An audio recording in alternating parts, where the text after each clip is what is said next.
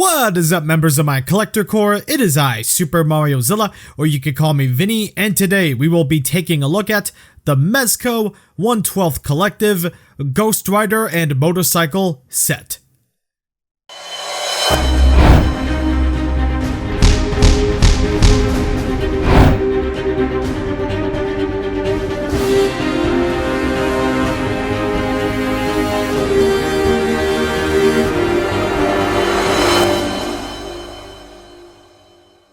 So this figure was teased many times before being put up for pre-order. Unfortunately, it was subject to mass delay as per usual for Mezco, and yes, at this point it's normal and that's not a good thing.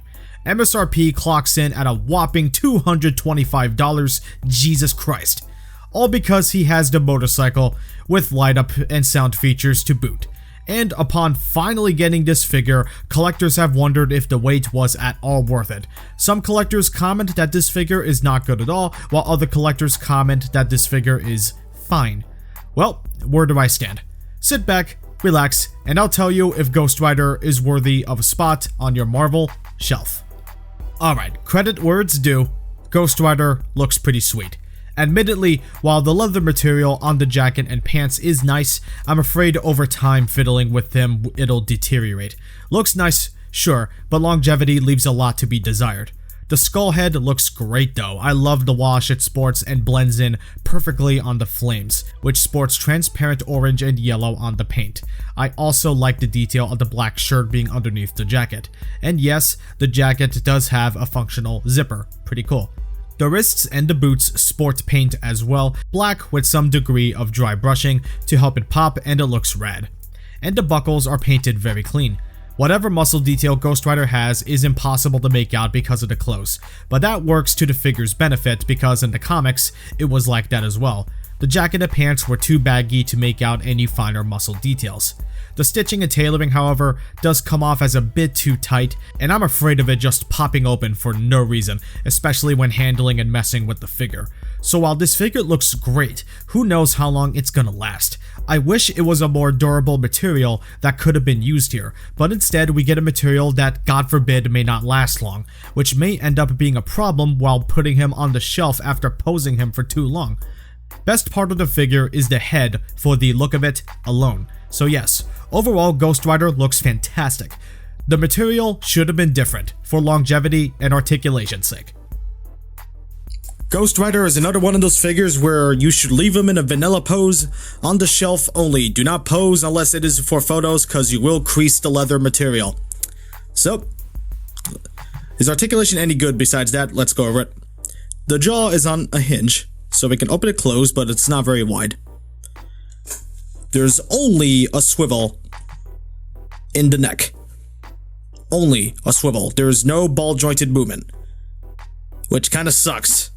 Like, seriously, that blows. Does not help at all. So, thanks, Mezco. Arms could rotate. They could go just about this far forward and backward.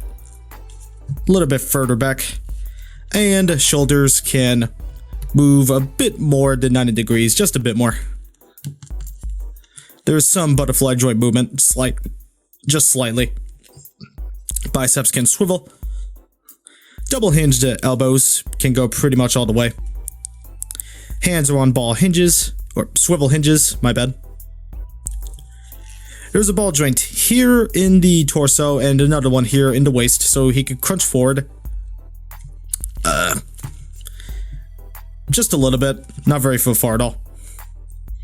And backward, it's still not very far. But he could still rotate. And of course, lean. Oh, yeah, that's a problem with this neck. It does come off easily. Legs can kick forward just about 90 degrees. Kick backward, not very far at all. In terms of splits, he can just about do the splits. Just about. Thighs can swivel. Double hinged knees can go just about all the way, just about. Although, do be mindful of the material. You don't want to ruin it. And ankles are on ball joints. can kick forward just about this far forward, backward just about this far backward, and can also do ankle rocker, but it is not very much. It's not very much ankle rocker. It gets the job done, but it's not a lot. So Ghost Rider is posable, but some things like the neck and the waist area is a little bit limited for everybody's liking. So not the best Mezco has given us. But it's not the worst either. It's possible. It's just, you know, some of those limitations, I argue, just should not be here at all. Period. Ghost Rider does have a light up head. There's a tube you gotta pull out and put the batteries in, which are included. And boom, it lights up. And you put the skull over it, and this is the worst light up feature I've ever seen. This is extremely dim and a far cry from other Mezco figures that have wonderful and bright light up features. This is pathetic. I expect to see lights this week on a $20 toy, not $200. And something worse, leaving the light on over time dims after a while because it flashes like it's actual fire. No, you can't do that. That's not realistic for Ghost Rider. Why do the lights dim? First time that happened, I thought the batteries already ran out, so I bought some more before filming this. But no, that's what happens on this figure. What? Why? How? Before I lose my mind, let's go over the accessories, okay? Here they are. Besides the main attraction, on his own, Ghost Rider includes a good chunk of stuff. Everything he needs. So let's go over all of them. First, the Mezco base with Ghost Rider's logo. Pretty cool stuff. It looks pretty cool. Here it is with the foot peg, and here it is with the Mezco arm. For the hands, Ghost Rider has 2 fist hands, 2 open hands, 2 gripping hands for the Hell Cycle, 1 gripping right hand for the chain, and 1 open left hand to shoot the fireball. Here are the fireballs. They look pretty cool. The graded effect they have is great looking. I love them both. The smaller flame sits in an open hand, while the bigger flame sticks on the open hand's fingers. Here's how it's supposed to look. Next is his chains. They look good and move on the bendy wire, but certain bends can expose the wire, so try to be careful when posing the chain to make it look pleasing. And yes, this can be wrapped around Ghost Rider so he can hold the chain that way. And the ends of the chains fit snugly in the gripping hand. So does the flame chain, which is a flimsy piece of crap. This isn't on the bendy wire at all, it's just soft plastic. Soft. The plastic will tear over time if you're having Ghost Rider hold the chain in the air. It's the same issue with the chain accessory that came with the Marvel Legends Ghost Rider, which is unacceptable on a $200 version. Good God. Credit where it's due, it does look pretty sweet at least. That doesn't make it good. Next, and finally, is the Hell Cycle. This thing looks really good. I mean that. It looks fantastic. From the face of it to the back, I adore the gunmetal silver with the dark dry brushing all over to bring out the details. It looks so good. I love it, I love it, I love it. The orange wheels are also pretty cool. Reminds you that this is coming from hell. The cycle comes with these flame pieces to make it look like it's moving really fast. The effects go on the cycle like this. And the motorcycle has light up and sound features. Flick the switch and hit the button on the side of the motorcycle. The light up feature is not too impressive either. It's not as bright as I hoped it would be, so it's the exact same problem. And the sound is just one single sound loop. When it's over, the cycle shuts off.